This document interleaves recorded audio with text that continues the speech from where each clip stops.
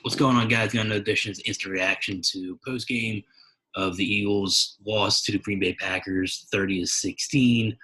Instant reaction, really, as we're going over, just which looked to be, a blowout loss in the first, half and 5 minutes into the game, and ultimately Carson Wentz was taken out of the game. Jalen Hurts was put in for his debut and threw for about a little over 100 yards, a touchdown and interception. So overall, not too bad, but something to look forward to as Doug Peterson talked to the media after the game. There's no word on whether or not Jalen Hurts is going to be the starting quarterback next week against the Saints, but that's still up in the air. But first, Mark, how you doing, man? Good, man. It's it was a very unique game, I guess you could say, with Hurts coming in and the amount of time that we've normally seen him this year, getting about a play or two, at a time, and then getting taken out was a little different to see. Him stay in there, and it looked like he gave this team a bit of a boost and a jolt, turned this game around, and it looks like the Eagles had a really good opportunity to win it. Unfortunately, they came up short, but my main takeaway from this game, and I'll throw it over to you after, but I feel like this Eagles team with the bunch of issues that they do have, one of the biggest things is scoring, and it seems like they didn't really pick up the scoring, and it seems like it's been a pretty common factor throughout the entire year where the scoring doesn't really pick up until their backs are against the wall. And that's normally with a little bit of time left in the game, and it's a big margin to overcome. So, other than the bright spot of Hurts playing, pretty well with the time he was given, Jalen Reagor with some great explosiveness, and hopefully, that's a thing of the future. There was not really much to take away from this game other than, those two things, and it was pretty upsetting to see Darius Slay have a pretty rough week again and then go out with that injury. So, again, another week of being an Eagles fan, thinking it's going to change, and obviously doesn't. But I guess the only thing we can look forward to is possibly a high draft pick, and we can do the right thing with it. Yeah, really going forward with this team. Really, it's just a lot up in the air with where this team stands, but it looks like just from the initial signs after a press conference with Doug Peterson after the game that Jalen Hurts looks like he may be a starting quarterback going forward for the remainder 4 games against obviously New Orleans, Arizona, Dallas, and then Washington to wrap up the season. But yeah, so Wentz obviously did not look good today. He was 6 for 15, about 80 yards, and he was pulled, and then he was also sacked 4 times. So he was hit a lot. Obviously, the offensive line did not really hold up today, but like we said, Jalen Hurts entered the game for his rookie debut, and really, it was we didn't know what to expect from it. Obviously, we've seen some gadget plays from him and stuff like that, but we saw like maybe 2 or 3 passes beforehand, really. But he made some nice plays. There was a first pass to Jalen Reagor down the left sideline. I think it's about 30, 40 yards. Made a nice completion. That was beautiful. He dropped that right in. That looked great. That was a great throw. He stepped up in a pocket a couple times. His athleticism running the football. Also, I think obviously his touchdown pass to Greg Ward stepped up, moved to his right, threw downfield on 4th and 18. So obviously the Packers were playing a lot of prevent defense, really, because the game was, pretty, out of reach at the time. But really that touchdown pass from Hurts, and then obviously Jalen Reagor showing off his first round talent speed on that punt return for a touchdown to really put him into it. And then it looked like they almost tied the game. Obviously, Jake Elliott missed an extra point, which is a big deflator after that, huge punt return touchdown by Reagor. But, this team obviously it was a lackluster effort with Wentz. Throughout the whole first half was the same story that we've seen for the past couple of weeks. But to see Hurts go in and kind of give a jolt to the roster, to the fan base this week is kind of exciting in the midst of a season that's really going down the tank. So I'm excited for the outlook, but I'll throw this question to you. And I know that I've been watching post-game live with Ray Didinger and Seth Joyner and Barrett Brooks. And obviously, Ray Didinger is the only one that he thinks personally that Jalen Hurts is going to start next week. So both Seth Joyner said that. Barrett Brooks said he doesn't think they should put Hurts in, and he won't think they put Hurts in. Seth Joyner thinks that they won't put Hurts in, but he thinks that they should start Hurts. And then Ray Dinger said outright that they should start Jalen Hurts and they should play him, and I think they will too. So I'll throw the question to you. What do you think happens next week, and who do you think the starting quarterback is against the New Orleans Saints? Well, I think it's a tough question here because there's two angles of looking at this. The one angle is the team aspect and the locker room aspect, and the message that you're really sending to Carson Wentz is basically a done deal, if you will. If you start Jalen Hurts, you draft his backup the year prior in the draft, who was Jalen Hurts, and then there's all these rumblings about him possibly coming in, really struggling at the position as we've seen Wentz do this year. And then, now that performance and people are calling for his job, officially. So, the other angle you can look at it as the season's down the tubes already. They're not, going to make any noise. And for that, give the young kid an opportunity to prove himself and get some game experience. But personally, I think you start Wentz. I know before the show I said I think possibly Hurts. But I'm kind of backtracking now because I think you just send the message you're tied with Hurt or you're tied with Wentz for at least another 2 years. And you owe him a lot of money, so that's going to be a tough contract to move. And I think it's just not going to send a good message, obviously, to Wentz, and it could affect the rest of this team, moving forward. But then again, not a lot going on with this season. It's kind of a lost cause at this point. So I'm sticking with Wentz, but I would not be surprised to see Hurts. And I'm going to pose the same question to you about who you think you're going to see next week. I think they go Hurts. I think they should go Hurts. I think at this point with Wentz, and I'm not out on him yet, obviously, I think that at this point there's not much you can get from him. This has been the same thing for the past 5 to 6 weeks with his offense and his play.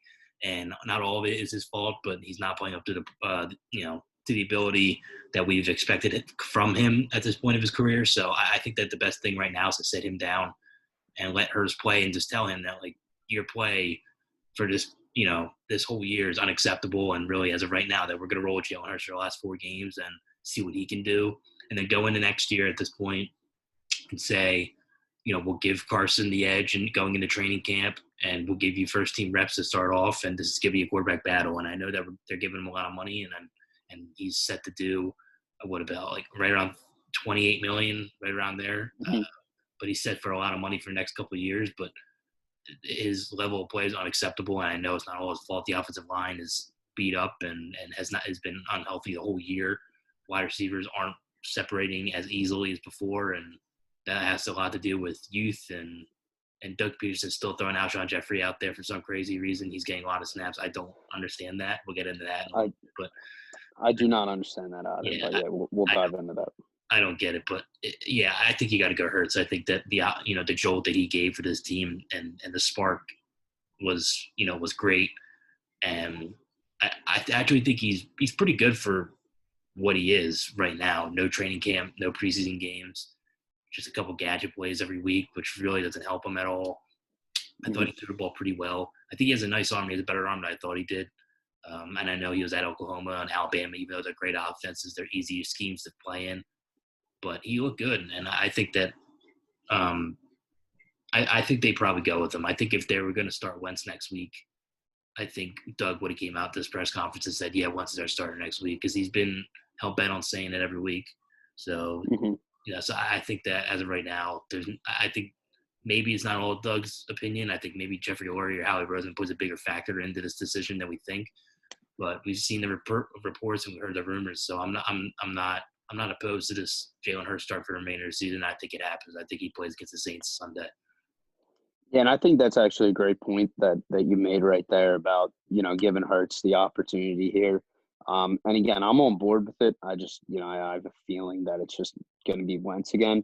But, I think that's a great message to send. He's our guy right now. He's making this team look, the best that they can be with all the injuries and, barriers that the Eagles have incurred this year. But I also like the point you made about training camp. I think, with the money Wentz is making and the expectations, the ownership group has for him, he could get the slight edge. But at the end of the day, if Jalen's looking better in these remaining 4 games and then in training camp, And coming into the season next year, you got to roll with that guy, whether he's, the higher paid guy or the less experienced, rookie in the room. So I'm excited to see it. It did look promising, I will say. I like what Hurts did. Very small sample size, though. Definitely have to keep that in mind. Because I know in Philly we love reacting very quickly. I know we did that with Fulgham, and he's kind of disappeared these past few weeks. So I like what I saw, but I think they do give him this opportunity in the last 4 games. He could really not only the coaching staff but the ownership group, and maybe get this team turned into a different direction with a different leader. Yeah, we'll see what happens. And I know I brought this up a little bit earlier, but I'll touch on this on the offense as well. Alshon Jeffrey's playing a lot of snaps. I don't get it. I know, and I know Doug Peterson was asked a question in the press conference after the game. He said that, we have 5 wide receivers playing every day. We want to make sure we get them all involved. I don't buy that. I think that this is probably because he's still a lot of money, and they want him to, I guess, be a bigger role in the offense with that price tag that's hanging on the salary cap right now. But that Alshon Jeffrey's gone after this year. He's not coming back. And obviously Travis Fulgham, before, when Alshon Jeffrey was hurt, was playing really well. He's one of the best wide receivers in football. And the fact that they've completely buried him in the depth chart and he's not even really relevant anymore. He has 4 catches the last 4 weeks. Is unacceptable. This is all on the coaching staff. I know there's a lot of blame to go around, whether it's the front office, the players on the field, or Doug Peterson, the coaching staff. But it's unacceptable that Alshon Jeffrey's out there playing. I think that Jalen Reagor needs to be getting a lot of targets, and he had probably his best game of the year. I thought he was pretty productive, obviously with the punt return and the big catch down the sideline. Dallas Goedert wasn't too bad. Miles Sanders didn't really get a whole lot of touches, and I just think that I just don't understand that move. It's just frustrating to see Jeffrey out there, and he looks like he's kind of just checked out and ready to move on after his tenure with the Eagles. Yeah, I mean, I couldn't agree with that point more. And I think most of Philadelphia, if they're in the right frame of mind, would definitely agree with that point too. It's just, over and over again, it's a lot of balls that are just not to his skill set. And unfortunately, right now, his skill set is very, very minimal. And his ability to make plays is even more minimal, which, again, calls into question of why they're running these routes with him. I know they ran, I think the balls that he was targeted on, most of those routes were out routes. And, you got to give this guy 50-50 balls. Again, I know his ability is not where it was, but he's a bigger body, and those are more of his strengths.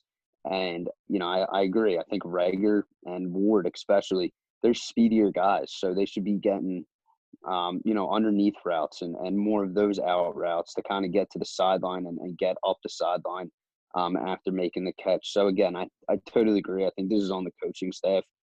Just a terrible combination of play calls, and it's not playing to some of these guys' strengths. Could be the quarterback, could be the injuries, but I think the coaching is to blame for playing him in the situations that he's been played in. So, and just to top it off too with another disappointment, Darius Slay again. Yeah. Got manhandled by Devontae Adams today, literally and figuratively, as Devontae Adams had 2 touchdowns. Second touchdown, he just completely stiff-armed him.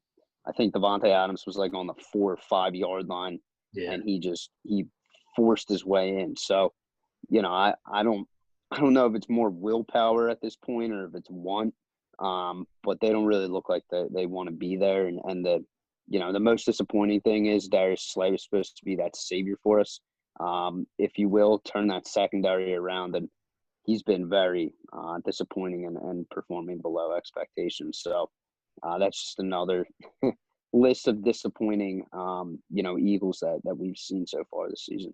Yeah, it was not a great performance, obviously. And it's tough matchups. I think it's probably 2 of the top 5 wide receivers in football, Metcalf and Adams. And he does look overwhelmed, and he did go into this week with a calf injury, and he was questionable, but he did play anyway. But still, it's disappointing to see.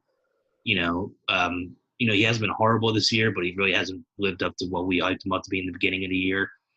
But yeah, this whole defense, obviously, and the Eagles, they made it close, obviously, after the Reagor punt return touchdown, and Hurts touchdown award. And they were one possession, and time and time again with this defense, whenever there's a big touchdown and the momentum seems to be coming the Eagles' way, is another big play happens on the opposing team with Aaron Jones running it. Was like 70 something yards to the house. Mm-hmm. That ice the game, and then also earlier in the game, the ball was at the 1 and they went 99 yards for a touchdown. I believe it was that touchdown you were referring to.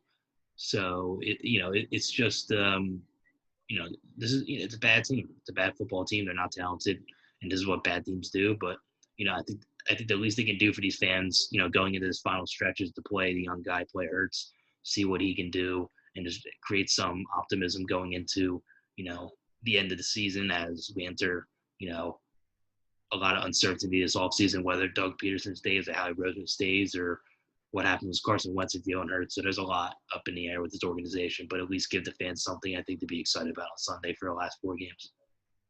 I totally agree, and it's going to be another 2 tough opponents to wrap out this stretch of Saints and Cardinals. And then they have 2 divisional opponents where they should get some fire under them and hopefully win those 2 games just for pride, or at least give themselves a fighting chance, depending on how these next 2 games go. But I totally agree with everything you just said there, and I hope there is something that we can look forward to next year. There's a bright spot. Again, I really like the way Rager played today. He made a really big catch, as we alluded to earlier, and then the punt return touchdown, just showing some good explosiveness and a bit of promise for this first-round draft pick. But, Connor, real quick, before we go, I do want to also instant react to a crazy, crazy upset today. Seattle Seahawks at home in Seattle. This is a big deal.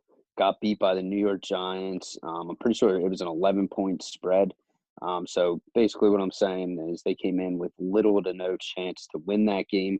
And they went in there and they imposed their will. I really like, and I know this isn't going to be a popular comment in Philadelphia, but I really do like what Joe Judge is doing in New York, just with the mentality he's kind of instilling into these guys. They're out with Daniel Jones. They find a way with Colt McCoy. Saquon Barkley's out for the year. They find a way with Wayne Goldman to go into Seattle and make some news. So that really shocked me. I really was taken back that it was 17-12, and the Seahawks could not score on that defense. Again, referring to the Eagles, this is a bit of a scary sight if you're an Eagles fan. That this NFC East that's been pretty porous for the past 3 years, with the exception of the Cowboys, the past 2 years, has been really weak, and it looks like it's getting a lot better. So another matchup tomorrow, Pittsburgh and Washington. That's going to be interesting. I think Washington definitely has a chance to make some noise in that. But I just wanted to get your take on that Seattle and Giants game, if you called any of it. It was shocking, and I'm surprised. And I completely forgot. I was like, oh, my God, Colt McCoy starting over Daniel Jones. They still found a way to win. But really, that's a huge win because their schedule is tough, and it's just as tough as the Eagles' schedule on the stretch. They got played Arizona next week. Then they have Cleveland, who just crushed Tennessee today, and they're 9-3, one of the best teams I've ever seen before in my life. They play the Ravens on the road. And Lamar Jackson will probably be back by then, so they'll still be a pretty good team. And they finish up with Dallas, which is probably their only easy scheduled game. But yeah, I mean, the Giants are in a good position. It's looking like it's coming down to them in Washington on this home stretch. And I know Washington plays Pittsburgh next week. I like Washington. They have good defense, good pass rush. I'm still skeptical about their offense, really, outside of McLaurin and Gibson. But, I think they can give the Steelers a run for their money tomorrow, but I still think Pittsburgh will probably come out and win that game. But still, it's coming down to those 2 teams, and those teams are the most hardworking teams in this division, even though they're not really that talented. Joe Judge, who's a Lansdale guy, has done a really good job with the Giants and changing that culture that was previously there for the past couple of years. It's just been lackluster and dysfunctional. And as of right now, he's got all these players, bought in. So, that's a great win. And I was shocked that they were able to figure out a way to get out of Seattle with a W, but that's, that's huge. And I think that I don't know, does Washington and the Giants play? Does something happen? I'm watching the Chiefs Broncos game, and Mahomes just went deep to Tyreek. It just hit off his hands, but it looked like, dude, that was Tyreek got up. Whew. But I'm listening. I think you say Washington and Yeah, Dallas. no, Washington and the Giants. Did they play again this year, or did they already play twice? No, they already played twice. Yeah. Okay. So yeah, they're So done. yeah, they're Yes. done. But I think I don't know. Washington and Dallas played twice as well. So I think we only play Dallas and Washington to wrap the season up. But I think those are the rest of the divisional games. Yeah. So I'm trying to think what happened in the results of these games. I'm trying to think. So Giants won the first one, and then was there a second one? I'm trying to find the second one they played. Yeah. So they won both of them. So really, the Giants are in the driver's seat now heading into this. So they probably got to win. If they win 2 more games, they probably win the division. So Started out 0-5. How crazy is that? 7-9 is pretty respectable. So if they just steal one more win, they'll probably beat Dallas. That'll give them 6 wins, and then steal a win against the Ravens or Cardinals or Browns. That's doable, especially where this team is at right now. You know, they went into Seattle. They could beat one of those teams. So yeah, but it's looking good for the Giants and maybe Washington, but it's not looking good for the Eagles right now. So and you want to wrap it up on anything or? I just hope they take the best player available that's on the board when they pick, and hopefully it's someone that's going to make an impact. I know we're going to dive a little deeper into the draft that obviously when the season comes to a close, but 2 big names that I think that would really help the Eagles would be Micah Parsons from Penn State. I can't remember. I believe maybe Trent Cole or Jeremiah Trotter was the last true linebacker for the Eagles that we've had. That maybe like a DeMeco Ryans of that, somebody. Yeah, but yeah. Someone a while ago. Yeah, is my point. Probably mid to early 2000s. So I would definitely love to see a defensive player and kind of shore up this, defensive front. I know Jim Schwartz is a name that may be, fired after this year. So that could definitely make a difference. And then another one or another 2 would be Jamar Chase, from LSU, who sat out this year, who would be a fantastic receiver, for the Eagles as well. So, 2 names there. But again, we'll definitely preview it and see obviously where the Eagles end up. I agree, and we'll take a deeper dive into this week too. We'll put out a full episode ahead of the Eagles-Saints game, also with the 76ers really just 10 days away from preseason basketball starting, and also some NHL news dropping that it looks like mid-January is going to be a start date for the NHL and the Flyers begin their 2020-2021 regular season. And some Phillies news as, more reports are coming out of Phillies dysfunction. We'll have a deeper dive into this in the next this week's podcast, probably dropping around middle of the week. But make sure you follow us on Twitter on Connor and Mark Show to keep up with our content as well. And we'll see you guys later in the week.